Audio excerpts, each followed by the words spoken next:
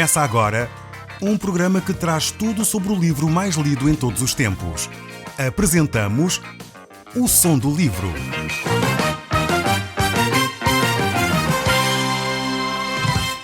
Seja muito bem-vindo. Neste podcast vai encontrar o livro mais conhecido e lido em todo o mundo. Vamos levá-lo numa viagem pela história da humanidade.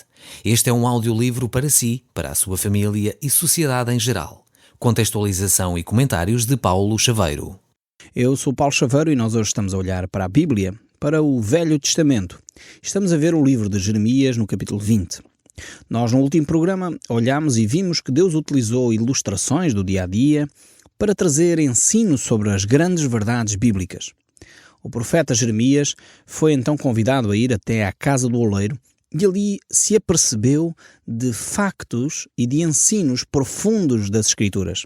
Ele entendeu quem Deus é e quem nós somos. Coisas tão profundas como estas, que o homem e os filósofos têm andado atrás destas questões ao longo de séculos, Deus convida Jeremias de uma forma simples a olhar para aquilo que está à sua volta e daí retirar as lições. Um simples oleiro a moldar o barro, e Deus ensina tudo o que tem a ensinar sobre soberania, sobre autoridade, sobre poder, sobre caráter, sobre quem nós somos, qual as nossas limitações e qual a autoridade de Deus sobre nós. Ensinos tremendos estes que muitas vezes se retiram de lições práticas do dia-a-dia. O nosso grande mestre Jesus Cristo, Senhor dos Senhores, aquele que tudo sabe e tudo pode, ele utilizava este método de uma forma fantástica. Ele era o grande ensinador das Escrituras através de lições do mais banal possível, através de um agricultor que sai a semear e Jesus ensinava o que isso significava. Quando as sementes caem nos diferentes terrenos, Jesus ensinava que isso era o coração das pessoas. Quando uma semente cai em boa terra, ela produz fruto, e esse é o coração de uma pessoa receptiva à palavra de Deus. Quando essa semente cai num caminho, esse caminho representa um coração duro.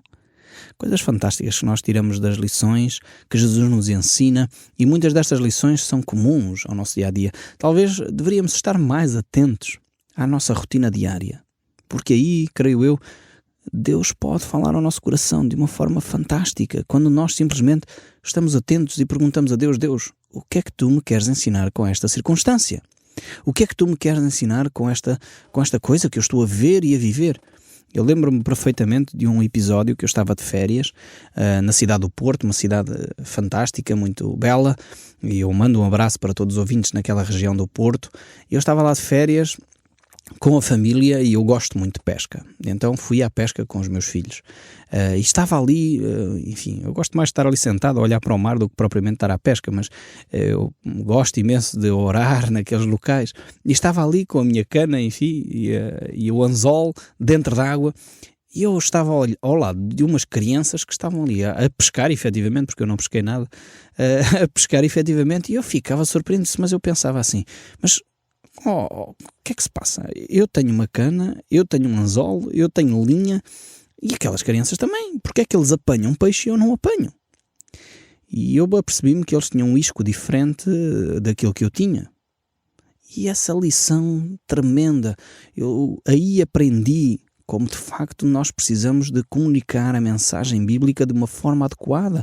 E Deus falou-me de uma forma tão intensa naquele dia feriado em que eu estava de férias, que não estava a ler a Bíblia, não estava, enfim, num grande culto a Deus, não estava a ouvir uma homilia, uma palestra, e Deus falou-me de uma forma tão, tão clara naquele rio, junto àquele rio, na tranquilidade de umas férias.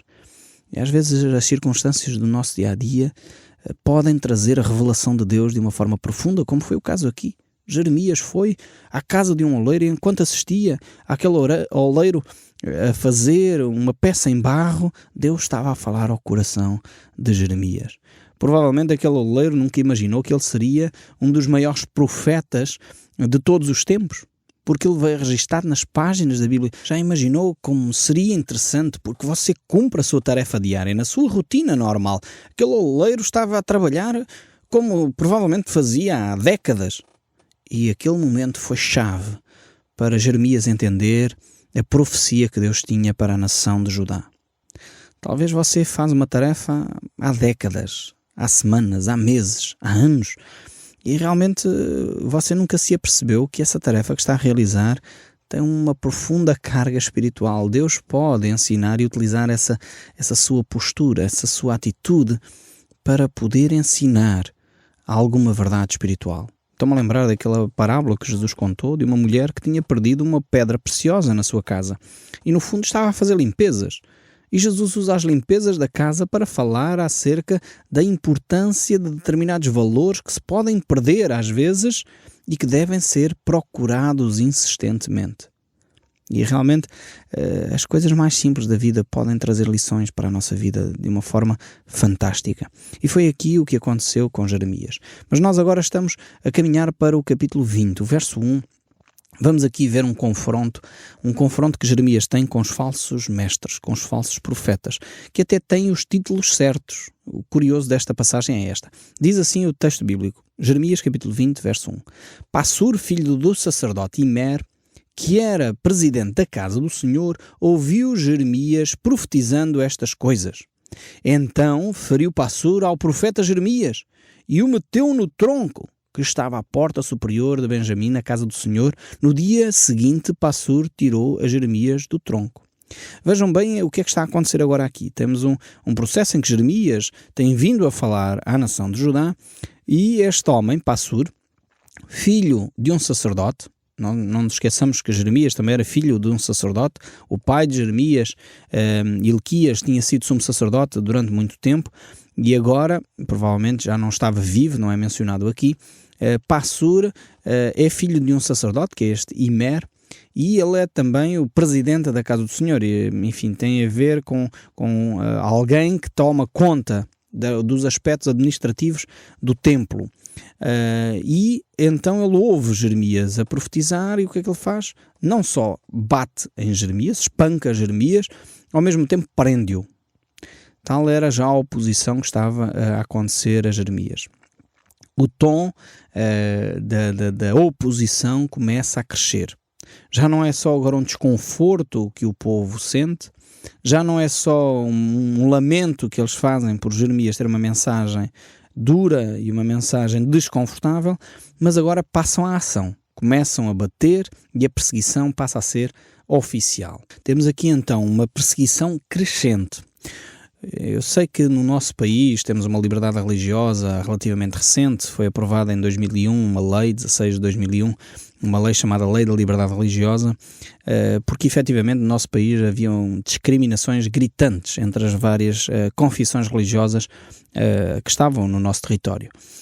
No entanto, apesar de uma lei relativamente jovem, continua a haver muita discriminação em muitos aspectos, porque se não se pertence a determinada confissão religiosa no nosso país, essas discriminações, enfim, são visíveis quando se pretende muitas vezes fazer ofertas às comunidades, são visíveis quando se pretende inscrever os filhos na religião moral evangélica ou noutra religião moral que não oficial e vigente, são visíveis em muitos aspectos da nossa sociedade. E nós deveríamos trabalhar arduamente para que a igualdade de direitos, sejam eles as liberdades fundamentais, sejam iguais para todos os portugueses, porque todos nós somos portugueses. E precisamos de ter espaço para poder fazer a nossa própria caminhada, ter liberdade para fazer as nossas próprias opções.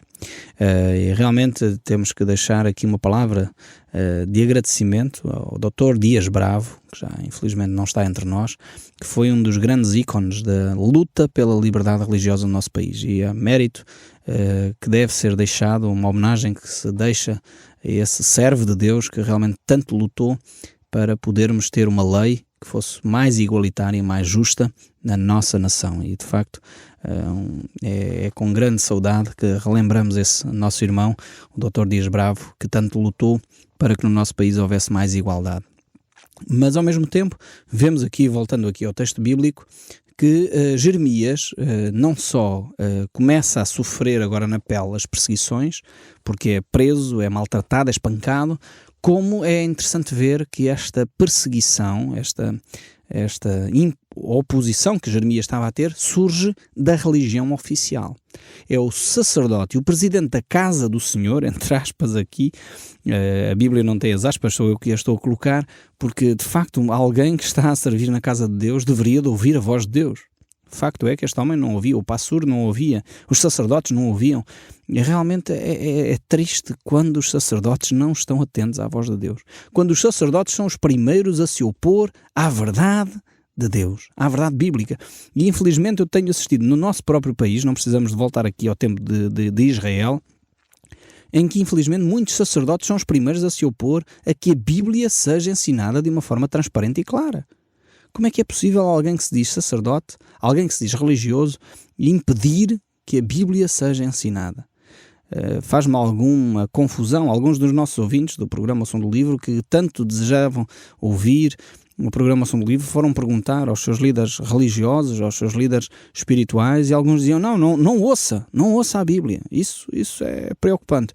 Houve um ouvinte que teve a ousadia de nos telefonar, e eu fico contente porque também significa que há pessoas que ouvem, nem todas as pessoas ouvem, são a favor do programa, como é óbvio. Houve um senhor que teve enfim, a ousadia de nos telefonar, e ainda bem por isso, a dizer que no fundo ele discordava profundamente que se ensinasse a Bíblia, porque na opinião dele o ensino da Bíblia só conduzia a mais confusão, as pessoas deveriam ficar na ignorância.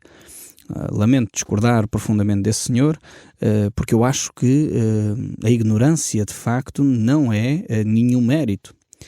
Jesus Cristo já dizia, conhecereis a verdade e a verdade vos libertará. E é no conhecimento da verdade, é quando conhecemos as coisas que podemos fazer as opções corretas. E se o povo português se diz cristão, tem o direito, o dever de conhecer os ensinos de Cristo. E os ensinos de Cristo não estão noutro local qualquer, a não ser na própria Bíblia. A mim faz-me confusão, sinceramente, eu tenho que confessar aqui e abrir o meu coração, faz-me confusão como é que alguns cristãos católicos dizem que não querem ler a Bíblia, têm quase aversão às Escrituras. Faz-me a mim, sinceramente, alguma confusão sobre esse aspecto.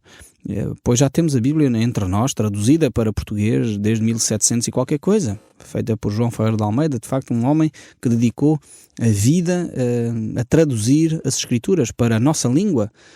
Já Damião de Góis também tinha começado a trabalhar nessa tradução, fez algum trabalho nessa área, mas realmente precisávamos de pôr as Escrituras na mão do povo. E a ignorância nunca foi bom conselheiro. Sempre precisamos de conhecer, estar a investigar, poder aprofundar os nossos conhecimentos e depois então tirar as conclusões. Enquanto estamos ignorantes, dificilmente poderemos fazer boas opções. Aqui então Jeremias estava a ter oposição oficial, pela religião oficial, estava a ser espancado e preso, mas vejamos o que é que acontece. Então lhe disse Jeremias, o Senhor já não te chama Passur, e sim terror por todos os lados. Deus mudou o nome a este homem, que se dizia ser o presidente da casa do Senhor. Pois assim diz o Senhor, eis que te farei ser terror para ti mesmo e para todos os teus amigos. Estes cairão à espada dos teus inimigos, os teus olhos o verão. Todo o Judá entregarei nas mãos do rei da Babilónia. Este os levará presos à Babilónia e feri-los-á à espada. Era uma missão terrível esta que Jeremias tinha, de ter que declarar a verdade. Mas ele não podia calar esta verdade que Deus tinha colocado no seu coração, e infelizmente que o povo não ouvia a voz de Deus. Já tinha cauterizado a sua sensibilidade e por isso, nem que viesse Moisés ou Samuel ou outro profeta qualquer, o povo simplesmente já não ouviria a voz de Deus. O verso 9 aqui do capítulo 20 diz: quando pensei, não me lembrei dele e já não falarei o seu nome. Então isso me foi no coração como fogo ardente, encerrando nos meus ossos. Já desfaleço de sofrer e não posso mais. Esta agora é uma confissão de Jeremias. Jeremias começa a abrir o seu coração dizendo: Deus, eu quero demitir-me desta função, eu já não quero mais. Eu não quero continuar a declarar as verdades que têm que ser ditas. Mas ao mesmo tempo ele diz: não posso. O meu coração arde, fico angustiado se não declaro as verdades de Deus. E isto é um facto. Nós, quando temos esta relação com Deus, é impossível deixarmos de dizer o que está escrito, o que está nas Escrituras. Às vezes é doloroso, às vezes não é popular, às vezes não agrada a todos, mas tem que ser declarado.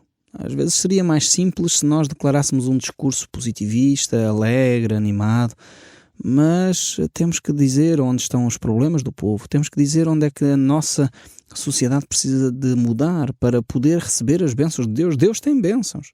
A boa nova, o Evangelho, significa boa nova, significa que há boas notícias para dar.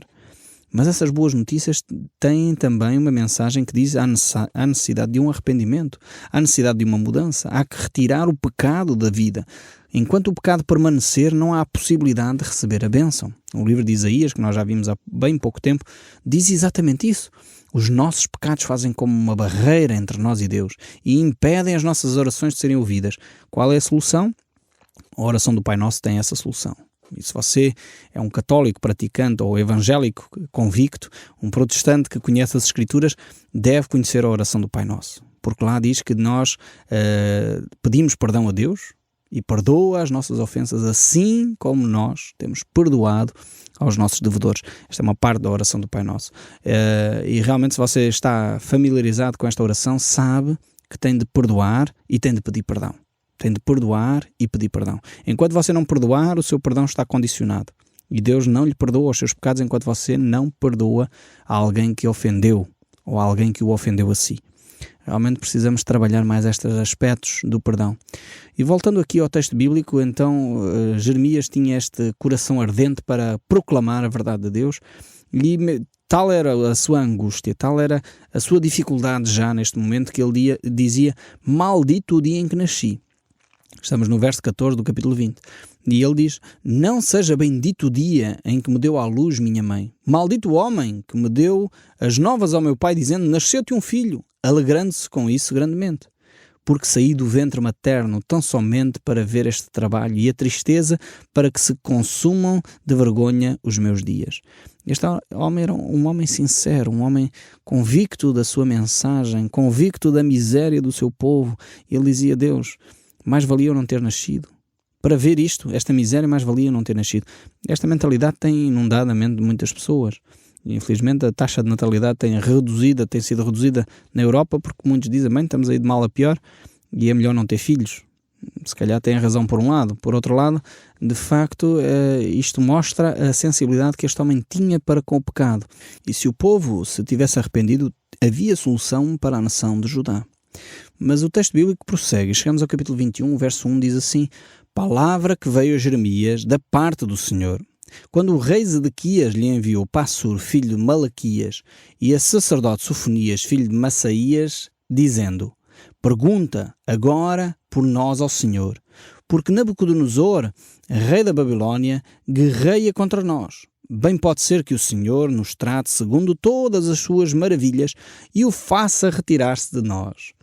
Eu já estou a sorrir porque de facto é de uma hipocrisia de todo o tamanho esta do rei Zedequias. Jeremias tinha falado N vezes de que isto iria acontecer. E os sacerdotes, os profetas estavam a dizer: não, Jeremias, tu estás errado, não vai nada acontecer, não vai haver guerra. E agora eles têm Nabucodonosor às portas da cidade. Começa a guerra, efetivamente. E o que é que Zedequias faz? Vai consultar quem? Jeremias. A quem tinham batido, a quem tinham perseguido, a quem tinham aprisionado, e diziam: tudo aquilo que tu dizes é falso. Mas quando chega a hora da verdade, eles reconhecem quem tinha falado a verdade.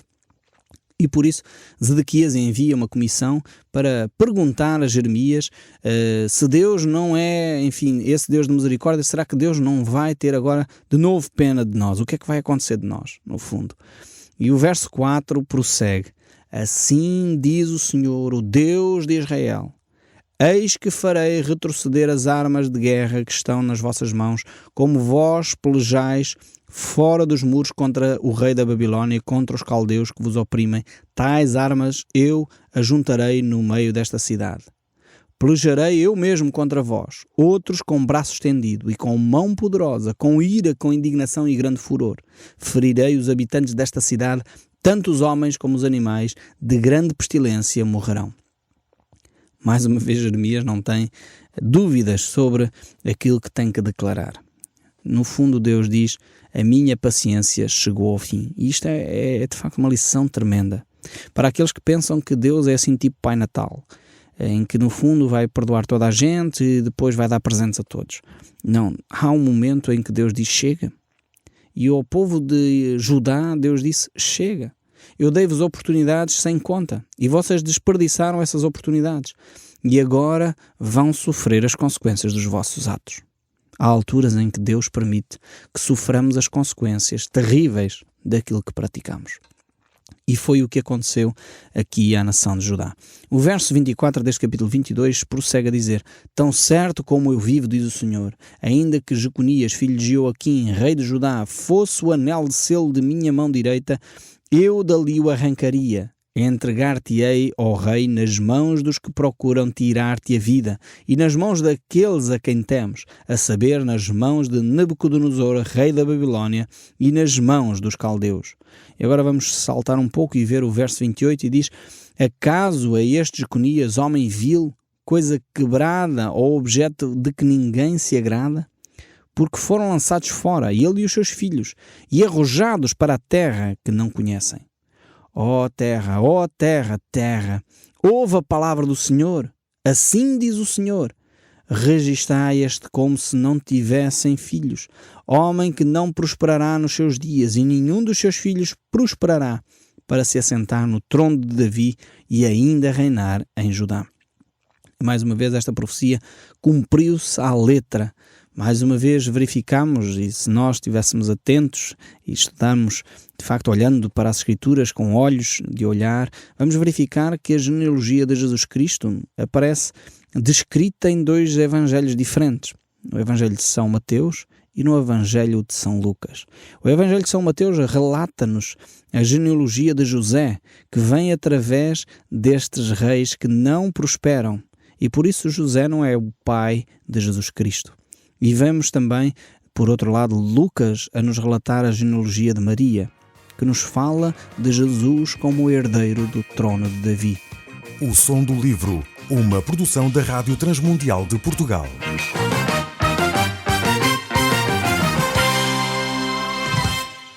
RTM. Conhece todos os nossos programas em rtmportugal.org.